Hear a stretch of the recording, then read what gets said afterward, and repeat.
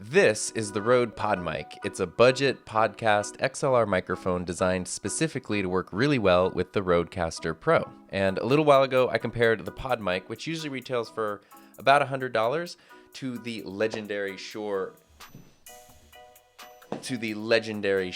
SM7B, which normally retails for about $400. And in that comparison, I think, and a lot of you in the comments thought that the Shure SM7B sounded a lot better than the PodMic, and I agree. I think that it actually did. It sounded deeper and richer and just more full.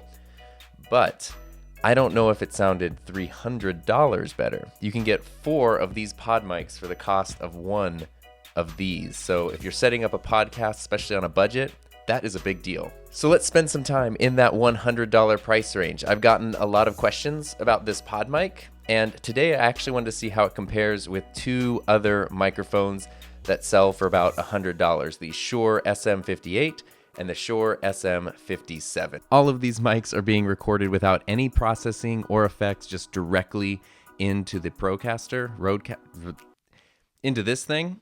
And this is basically just how they sound straight out of the box. Plug them in, press record. This is what it sounds like. I'm also not using a cloud lifter or any kind of amplifier on these mics. My personal workflow is based around simplicity, and so I want to compare how these mics sound when they're just microphone directly into Rode. As I'm talking throughout this video, I'll keep switching between the microphones, and I'll make sure to note which mic is currently active on screen. So let's talk about the Shure SM58. I think that the SM58 is one of the most iconic microphones ever made. If you ask someone who knows nothing about audio gear to think about what a microphone looks like, this is probably what they'd think of. It's a dynamic mic, which means it's great for just about everything, and it's got a small built-in pop filter / windscreen. That's kind of what this silver sphere is on the top of it. Now the SM57 is a similar microphone to the 58. They're both dynamic microphones, but this microphone is mostly used for recording instruments. The SM57 doesn't really have a built-in filter or pop filter windscreen, but for me, it was the only XLR mic that I owned when I got my Rodecaster Pro, so it just kind of by default became my main mic when I started up my podcast after I got the Rodecaster. And I honestly think that might be a situation where a lot of people are finding themselves. You want to start a podcast, maybe you got something like the Rodecaster Pro, and you have a microphone lying around, maybe something like the SM57 or the 58 that you've had for a while, and you're kind of wondering, do you need to upgrade them?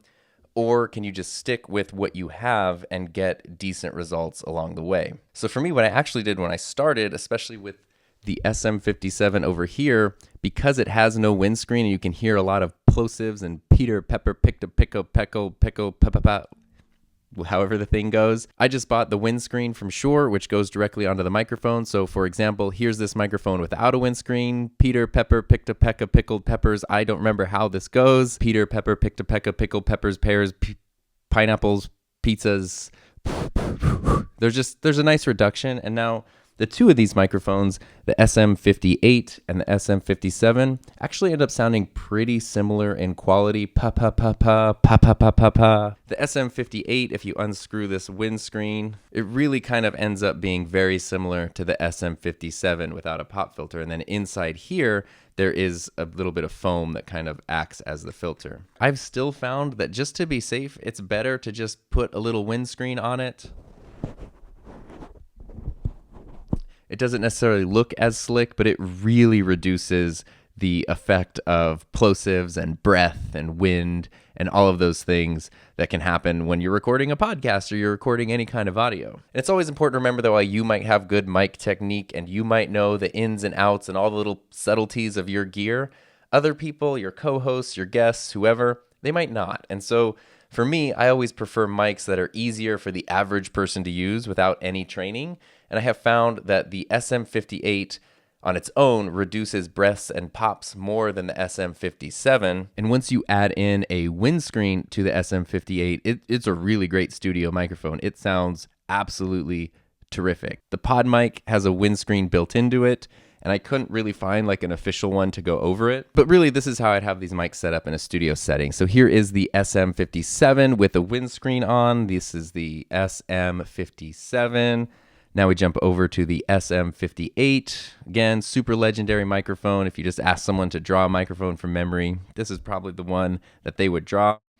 And this is the Rode PodMic, the new microphone specifically designed for podcasting, and all of these mics pretty much the same price range.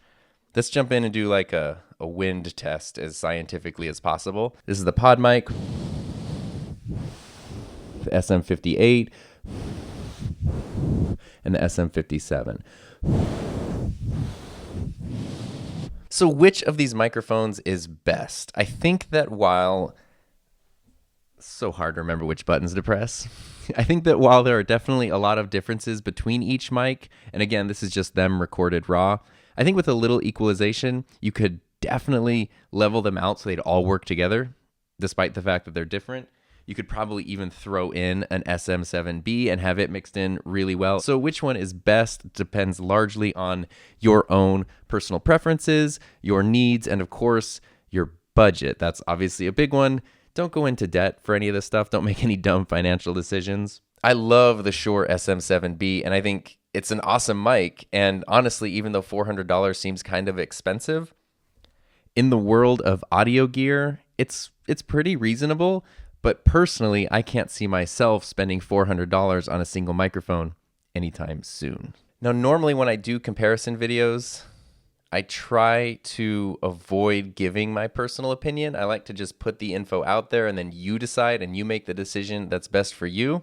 But in this case, I really need to say how absolutely impressed I am with the Shure SM58.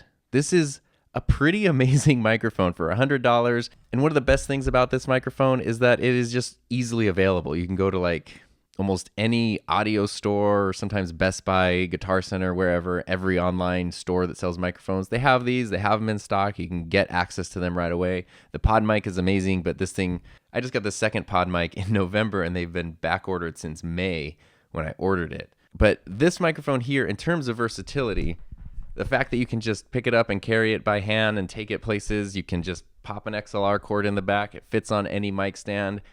I'm so impressed with the SM58 that it's almost like my top recommendation. And really, what it kind of comes down to between these two microphones here, I think they both sound terrific and they're both basically the same price. So it kind of comes down to your specific needs between these two. They're both really, really durable. If you need something that is ultra versatile and you're going to use it in the studio, and then you're going to take it out somewhere and use it like in the field, and you're going to use it on stage, and you're going to use it just all over the place, it's really hard to beat the SM58 just because it's got a decades-long reputation as just being one of the best microphones in the world. But the PodMic is also a really great new microphone, and honestly, the differentiating factor to me is the fact that the PodMic has this like mounting hardware just built into it. So if you're using it in a studio setting and you just need it to go directly on a mic stand or on a boom arm, it's just easy, ready to go, adjustable. It's so nice and simple to set these up.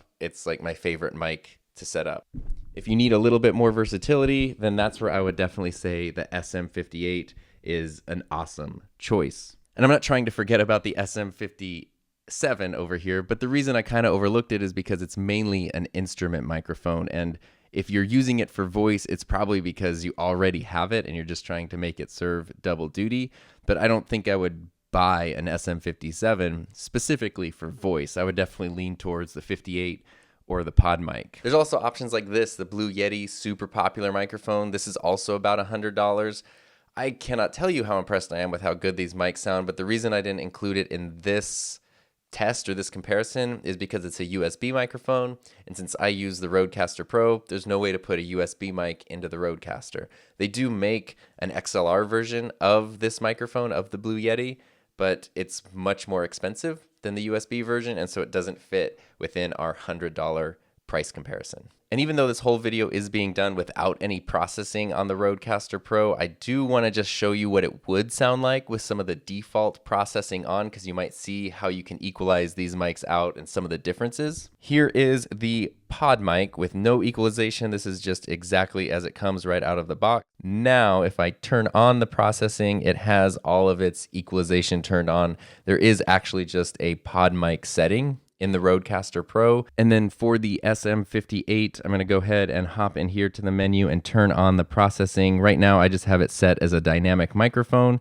But the processing that the Rodecaster includes is a compressor, a de-esser, a high-pass filter, a noise gate, a big bottom, which just sort of gives more bass to your voice. So I turned the big bottom off, and now I've turned it on right here. That is a very weird sentence to say. And then there's also an aural, A-U-R-A-L exciter, which just sort of like tries to get that like radio tone.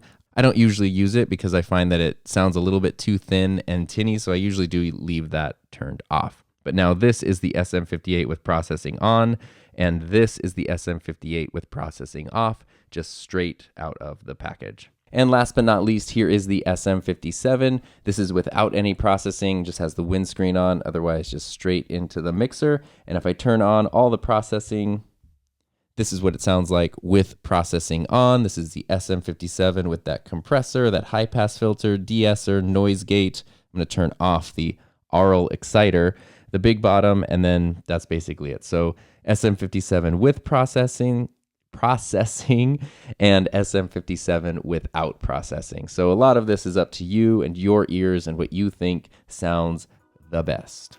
So I hope this was a helpful review, but if you're still interested in more mic and podcast gear, I did put together a short playlist that includes my SM7B comparison, along with some of my other videos about the Rodecaster Pro and why I think it's like one of the coolest, most awesome, useful tools released in the past few years. So check those out, and I will see you over on that playlist over there.